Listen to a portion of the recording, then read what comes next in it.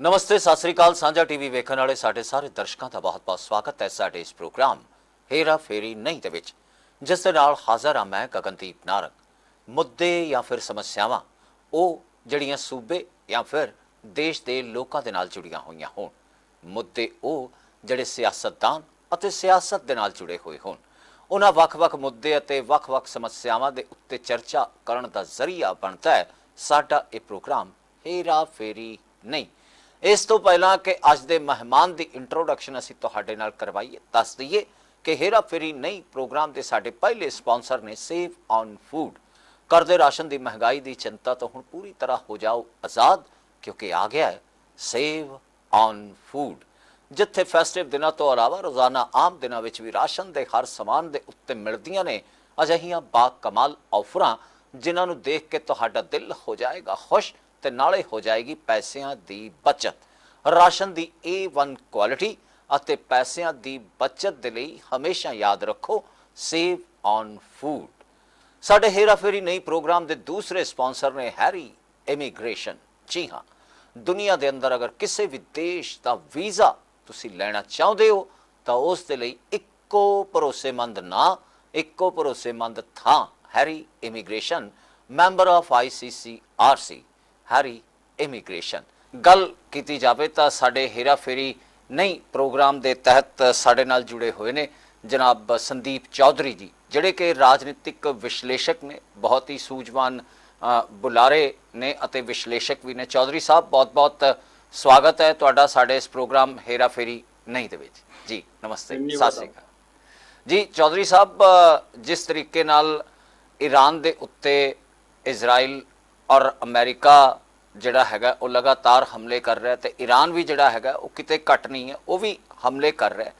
तो इस हमले के कारण जिहड़ा हैगा, क्योंकि मिडल ईस्ट जिहड़ी धरती है वो सानू तेल अते जिहड़ियां दूसरियां चीज़ां उसकी सप्लाई करती है, जिहड़ी साडी रोज़मर्रा की जिंदगी विच काम आंदियां ने। भावें गैस की गल की जाए, जिहड़ी कुकिंग गैस है, या फिर पेट्रोल और डीजल की गल की जाए। तो चौधरी साहब, हुण जिहड़ा हैगा वो गौरमेंट ने एस्मा यानी कि घोषणा कर दी है, उन्होंने लागू कर दिता पूरे तरीके नाल, पूरे देश के अंदर जिहड़ा हैगा वो एस्मा लगा दिता है।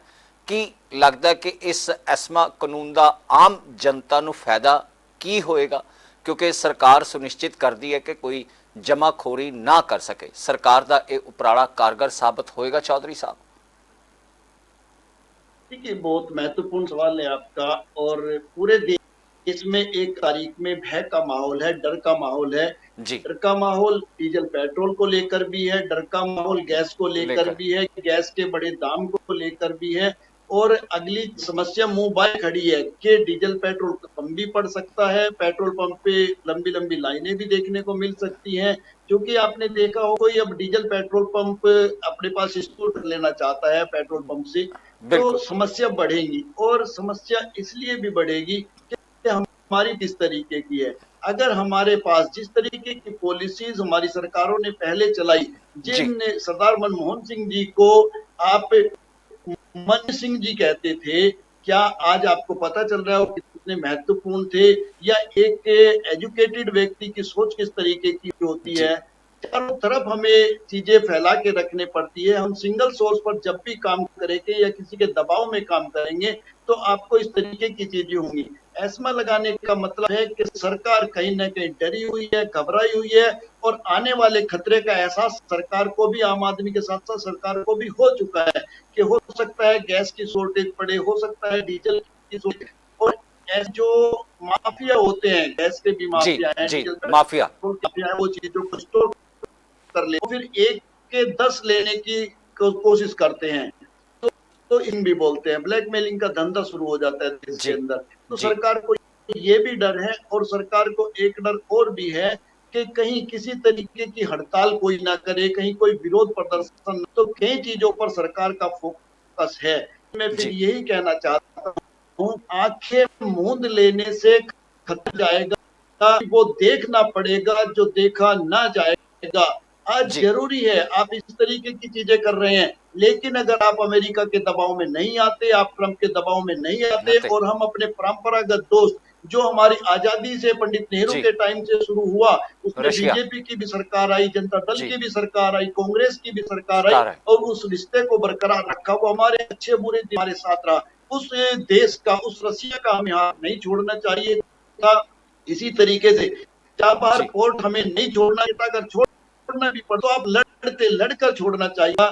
मैं फिर यही बात कहूंगा कि कंप्रोमाइज की स्थिति में नहीं जाना चाहिए। हमारा इतिहास नहीं है कंप्रोमाइज की स्थिति में जाने का। जी। ऐसे सिंह फांसी पे चढ़ने के बजाय उनको वाइसरायस बनाया जा सकता था, अंग्रेज उनको भी कुछ लालच दे सकते थे। बिल्कुल। लेकिन हमारा इतिहास देखिए आप, उधम सिंह ने जनरल डायर को जाकर कहां में जाकर के मारा।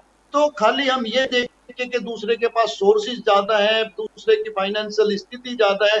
अरे हमारे पास दिल है, हमारे पास जिगरा है। हिंदुस्तान का एक एक बच्चा इतिहास लिखता रहा है, और आज की तारीख में हम बड़ी बात करें और फिर वो काम ना कर पाए, तो ऊंची दुकान फीका पकवान जैसी फीलिंग अंदर से आती है। जी जी जी बिल्कुल। चौधरी साहब, अगर गल की जाए तो जो ਜਿਹੜਾ इंटरनेशनल बाजार है उस क्रूड ऑयल की कीमत इस वेले जी है वो $100 प्रति बैरल के आस पास पहुँच गई है। लेकिन सरकार जो है वो फिर भी अभी पेट्रोल और डीजल के दाम जो है वो बढ़ाने की बात नहीं कर रही है, ना ही उसने जड़ा हैगा वो पैसे ਉਹਦੇ ਵਧਾਏ ने, यानी कि रेट नहीं ਵਧਾਇਆ। तो ਐਸਮਾ ਦੇ तहत अगर कोई बंदा जड़ा हैगा वो जमाखोरी नूं अंजाम दिंदा है तो क्या ਉਹਦੇ खिलाफ जड़ा हैगा वो कोई कानूनी और जबरदस्त कार्रवाई की जा सकती? चौधरी साहब जी बिल्कुल कार्रवाई की जा सकती है। इसमें अगर कोई इस तरीके के काम करता है तो उसको तक की सजा भी हो सकती है जी और जुर्माना लगाया जा सकता है। ऐसी कई चीजें हैं जिनको सरकार उसके खिलाफ दायर करा सकती है, कोर्ट के माध्यम सजा हो सकती है, पुलिस भी उसको थ्रेड कर सकती है। ये सारी चीजें हैं। जी लेकिन फिर घूम फिर करके बात वही आती है कि हम इस स्थिति में आए कैसे, इसके लिए जिम्मेदार कौन है, कौन है? हमने समय रहते इस तरीके के फैसले क्यों लिए। जब जी हमारी पूरी दुनिया के साथ ट्रेड डील चल रही थी, जब हम बिल्कुल। 56 इंच का सीना लेकर के बैठे हैं, जब हम दुनिया को आंख दिखाने की स्थिति में, रोजाना मैं देखता हूँ एक रील मेरे सामने वायरल होती है, कभी कहीं से कभी कहीं से, कि आज पूरी दुनिया में प्रेशर जो है क्रिएट करने की स्थिति में हिंदुस्तान है। एक अरब का देश है, तो जी आज वो एक अरब का देश कहने वाले, 125 करोड़ का देश कहने वाले और दुनिया को प्रेशर में लेकर आने वाले वही व्यक्ति हमारे देश का प्रधानमंत्री है। तो कहते हैं कि ऊंट जब पहाड़ के नीचे आता है तब उसकी हकीकत पता चलती। फिल्मी डायलॉग आपने बहुत से बहुत देखे होंगे। देखिए डायलॉग से या फिल्मी स्टाइल में या मीडिया के माध्यम से सरकारें नहीं चला करती। जी सरकारें चलेंगी आपके विजन से, सरकारें चलेंगी आपकी नॉलेज, सरकारें चलेंगी आपकी एजुकेशन से, सरकारें चलेंगी आपकी टीम वर्क से। जी बिल्कुल बिल्कुल। देखा जाए तो चौधरी साहब अगर गल की जाए जैसे जिस तरह तुसी कहा कि कांग्रेस के राज के विच मनमोहन सिंह ने बड़ा अच्छा फैसला लिता और रशिया जड़ा हैगा वो शुरू तो अपने नाल दोस्ती निभाता आ रहा है, तो सीधे तौर पर जड़ा हैगा वो आख्या जाए कि प्रधानमंत्री देश के जिहड़े नरेंद्र मोदी ने या उन्होंने जिहड़ी केंद्र सरकार है उसने सीधे तौर पर अमेरिका दे दबाव च रूस दे कोलों तेल खरीदण दा फैसला जिहड़ा हैगा वो छड्डिया ते वेनेजुएला दे तेल लैण दे फैसले नूं मन्निया। जी चौधरी साहब। ये चीजें लंबे समय से देखने को मिल रही है, जिस जी प्रेशर पॉलिटिक्स कहते हैं। जी एक वक्त हकीकत में ऐसा था कि प्रेशर पॉलिटिक्स नहीं थी। जब गलबैया की जाती थी, जब ट्रंप के गले में हाथ डाल लिया जाता था, तो माय डियर ट्रंप उसके सामने बोल दिया जाता था, तब तक प्रॉब्लम नहीं थी। जी लेकिन ये समझ में नहीं आया कि ये जो समय का चक्र है ये घूमकर कैसे आया और हमारी कमजोर नस कैसे अमेरिका के हाथ लग मैं गई। ऐसी क्या वजह रही कि हम लगातार प्रेशर में आते चले गए और आज की तारीख में स्थिति ये आ गई है कि हम अमेरिका के साथ कर रहे हैं और अमेरिका के साथ फेस टू फेस आंखों में आंखें डालकर बात नहीं कर सकते। आपने कब देखा था लास्ट टाइम ट्रंप को और मोदी जी को आमने सामने? आज जी हमारी ही रह गई है ना, वो हमें इतनी वरीयता दे रहा है कि वो हमें सामने बुलाए, हमसे हाथ मिलाए, हमसे आंखें मिलाए, हमारे साथ बैठ करके। आज उसके छोटे छोटे मंत्री हिंदुस्तान के अंदर आकर के हमें ये कहते हैं कि देखिए हमने ट्रेड डील की है, लेकिन इसका ये मतलब नहीं है कि हम हिंदुस्तान को साथ लेकर चलेंगे या हिंदुस्तान आगे बढ़ेगा। उनका मतलब है हमें हिंदुस्तान को सामान बेचना है और एक ग्रेड करना है, हिंदुस्तान को दबा के रखना है। और हमारे देश के नेता बताते हैं कि ट्रेड डील होगी, इससे हिंदुस्तान का फायदा होगा। फायदा नहीं हो सकता, किसी भी तरीके से फायदा नहीं हो जी सकता। वो व्यक्ति हमें केवल ग्राहक के लिए हमारे साथ काम करता है तो निसंदेह हम दबते चले जाएंगे, लगातार दबते चले जाएंगे। और ये केवल एक ड्रोन की बात नहीं है, ये आपके मक्का की भी बात है, सोयाबीन बात है। और आज की तारीख में जैसे को कहावत है ना कि दांत दिखाने के और खाने के और, दिखाया बहुत थोड़ा जाता है, बहुत थोड़ा जाता है, लेकिन काम अमेरिका बहुत बड़े स्केल पर कर रहा है। बहुत बड़े प्रेशर में सरकार मुझे नजर आती है। मालूम वो एप्स्टीन फाइल का कोई साइड इफेक्ट है, या जिस तरीके से अनिल अंबानी जो एप्स्टीन में भी थे और जो राफेल सौदे में भी, तो आपको याद होगा उन्होंने कहानी बना के किस तरीके से उनको लिया गया। तो इनके पीछे की कहानियां और कहां पर कौन सी ऐसी कमजोर नस है, या अडानी के ऊपर जो अमेरिका में केस हैं, जी ऐसे बहुत सारे कारण हो सकते हैं। अदरवाइज जब 2014 में मोदी जी अमेरिका के दबंगू प्रधानमंत्री नहीं थे, वो बिल्कुल अच्छे से काम कर रहे थे, अच्छे से विजन था, अच्छे से लोगों के सामने आ रहे थे, अच्छी बात कर रहे थे। लेकिन आज आप उनकी लैंग्वेज भी देखेंगे तो उनके कंधे जो, और वो केवल अपने ही लोगों पर, वो राहुल गांधी कर जी सकते हैं, वो ममता बनर्जी पर आक्रमण कर सकते हैं, लेकिन वो ट्रम्प का टी वो तैयार नहीं है, जो कभी जी को कहते थे कि वो महंगाई का मैं बोलने को तैयार नहीं। स्थिति यहाँ पहुंच गई है। जी जी चौधरी साहब, अगर गल की जाए तो जी ये जंग इस वे चल रही है जिथे दुनिया जी है वो हथियारों की नुमाइश भी जी है वो देख रही है, लेकिन दूजे पासे अगर हिंदुस्तान की गल की जाए, भारत की गल की जाए, तो इस जंग का जोड़ा असर है अगे आने वाले दिनों में क्या मन्निया जाए कि भारत के उत्ते भी पूरे तरीके नाल पएगा, क्योंकि हले तो पूरे तरीके नाल सेफ रहने की गल आखी जा रही है, क्योंकि सरकार का भी कहना है कि साडे कोल जिहड़ा पेट्रोल है वो पर्याप्त। जी जी बिल्कुल बिल्कुल चौधरी साहब आ रही है। मैं आपको जी बताऊं कि जो आपने गैस के 60 रुपए बढ़ाए हैं, एलपीजी पे जो जी 60 रुपीज बढ़े घरेलू, हैं, हाँ जी हाँ, वो सीधा सीधा इफेक्ट अमेरिका की लड़ाई, अमेरिका का सीधा विजन है कि मैं लड़ाई लड़ूंगा, लेकिन अमेरिका के ऊपर एक का भी लोड नहीं पड़ने दूंगा। ये जो आप 60 रुपए दे रहे हैं, इसके पीछे की स्ट्रेटेजी को समझने की जरूरत है। जी हो सकता है 10 रुपए गैस के ऊपर बढ़ते और 20-20 रुपए डीजल के ऊपर बढ़ जाते, बढ़ता है, या 25-25 रुपए रुपए डीजल के ऊपर बढ़ जाते, या जी 30 रुपए गैस के ऊपर बढ़ते और 15-15 डीजल पेट्रोल के ऊपर बढ़ जी जाते। जी लेकिन आज के तारीख में आपको पता है काम किस तरीके से किया जाता है कि अभी डीजल पेट्रोल को इतना ही रहने दो और 60 रुपए इकट्ठे ही गैस के ऊपर बढ़ा दो। तो इन चीजों को हमें समझने की जरूरत है। मार तो हमारे ऊपर पड़ रही है, बिल्कुल अमेरिका लड़ाई लड़ेगा, लेकिन अमेरिका की लड़ाई का खर्चा हिंदू, ये बात हमें समझने की जरूरत है। जी जी जी चौधरी साहब, और इससे जैसे आपने बिल्कुल सही कहा कि इससे महंगाई बढ़ेगी, तो क्या मन्निया जाए कि बाकी जड़ियां चीज़ां रोज़मर्रा की जिंदगी च आप यूज़ करते हैं, वरतते हैं, वो चीज़ों के उत्ते भी असर पएगा? खाली पेट्रोल और गैस जी हैगी वो तो जरूरी है ही, लेकिन इस दे नाल नाल दूसरिया वस्तुओं की गल की जाए, आटा है, फिर होर राशन और सब्जी के अजिहे समान है जिहड़े इंसान की जिंदगी लिए जरूरी ने, तो कि उन्होंने उत्ते भी जिहड़ा हैगा वो प्रभाव पैण का खदशा हैगा ते आम बंदे की जेब ते जिहड़ा हैगा वो बोझ पैण की उम्मीद है? चौधरी साहब देखिए सिंह साहब, आप लेकिन मुझे लगता है बोले हैं, अगर आप ये कहें कि ऑक्सीजन नहीं मिलेगी तो आदमी के जीवन पर क्या कोई प्रभाव पड़ेगा? अरे ऑक्सीजन नहीं मिलेगी तो आदमी तो मर जाएगा।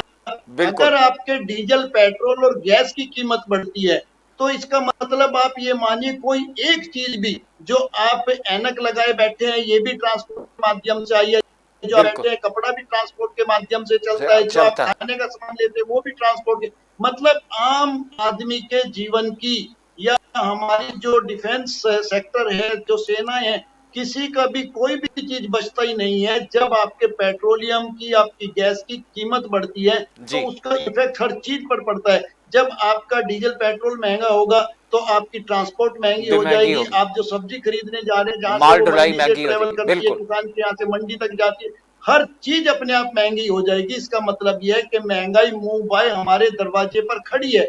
बिल्कुल बिल्कुल।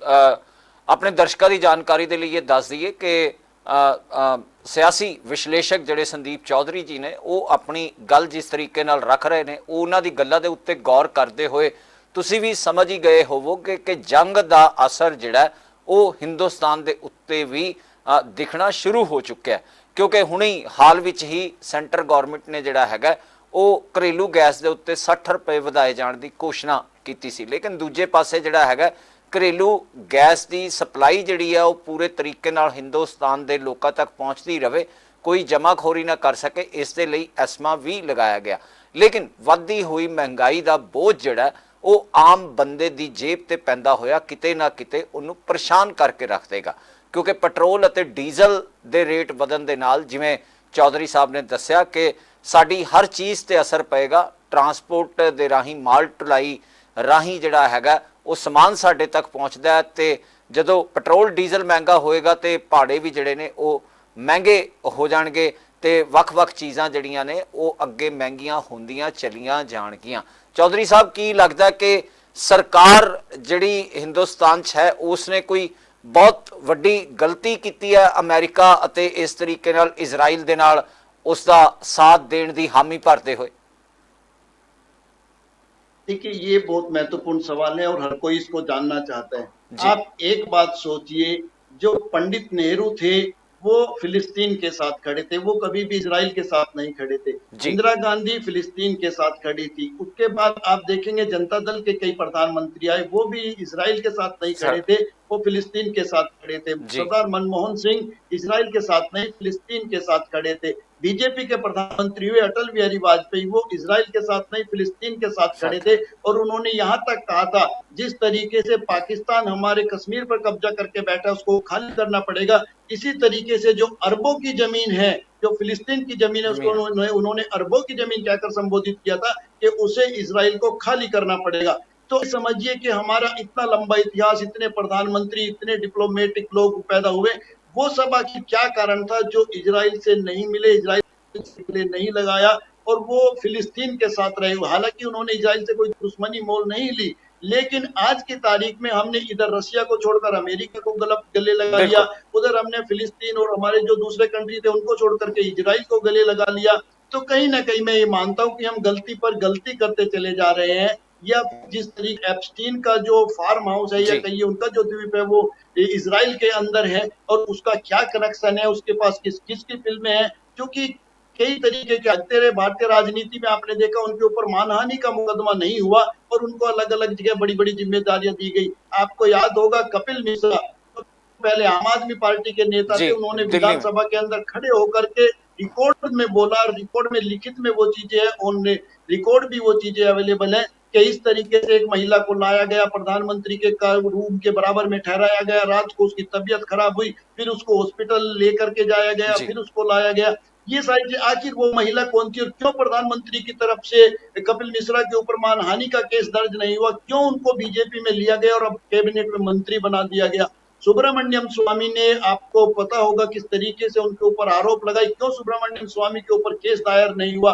और अब जो एप्स्टीन फाइल का जो मामला है उसमें अनिल अंबानी का भी नाम निकल करके आया है। तो सरकार को ऐसा क्या डर है, क्यों जांच के आदेश नहीं हो रहे। उसमें हरदीप का भी नाम निकल कर आया है, क्यों जांच के आदेश नहीं हो रहे, समझ में नहीं आता। हरदीप पुरी की लड़की ने कई सौ करोड़ की प्रॉपर्टी स्विट्जरलैंड के अंदर ली, कई सौ करोड़ की प्रॉपर्टी अमेरिका के अंदर ली, कई सौ करोड़ की प्रॉपर्टी हमारे गुड़गांव में ली।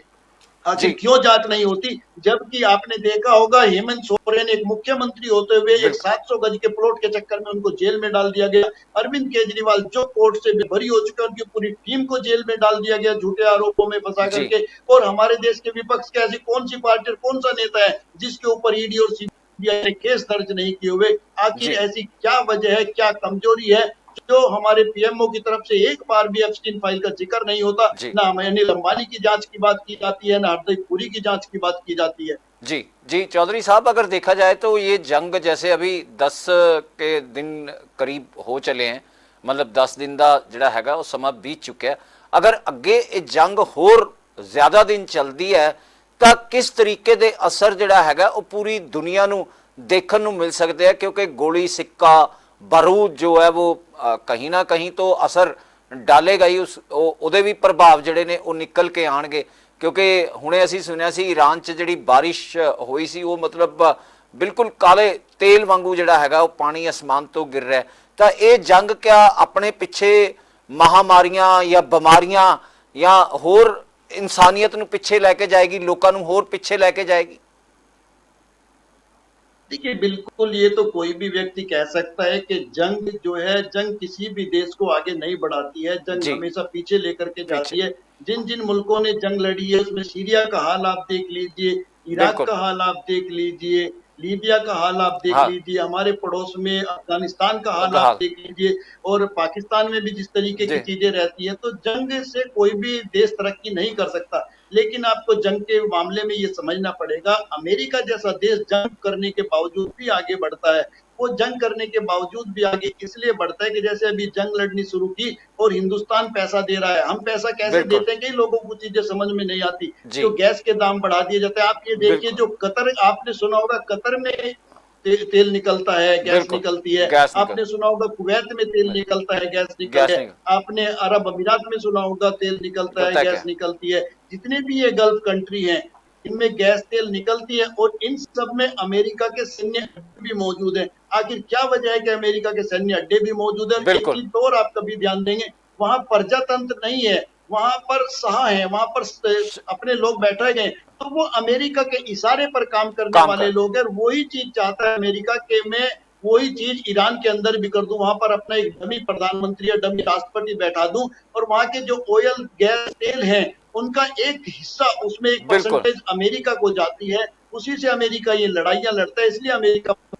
आप सोचिए, दुनिया में क्या कभी आपने ऐसा सुना कि वेनेजुएला के पति अमेरिका में मादक पदार्थों का धंधा करते हैं और उनके ऊपर ये बात कह करके आक्रमण किया जाता है, उनको पकड़कर वहां ले जाया जाता है? जी। तो क्या इन्होंने वो मादक पदार्थों को तोड़ा है? मादक पदार्थों की तस्करी तोड़ने का धंधा था इनका, या इनका असली मकसद वहां के तेल गोल करना था, तेल के कुओं पर कब्जा करना था? जी। तो जी। अमेरिका की पॉलिसी को आपको समझना पड़ेगा। उसने इस जितने भी ये मुस्लिम कंट्री है या इस्लामिक कंट्री है, इन सबको पंगु बना के रखा हुआ है, वहां पर अपने लोगों को बैठा के बैठा रखा के है, रखा। और उनको ये डर रहता है कि हम अगर अमेरिका के खिलाफ बोलेंगे या अमेरिका को पैसा नहीं देंगे, तेल नहीं देंगे, तो हो सकता है वो हमारी कुर्सी से हमें हटा दे, हमारा तख्ता पलट कर दे।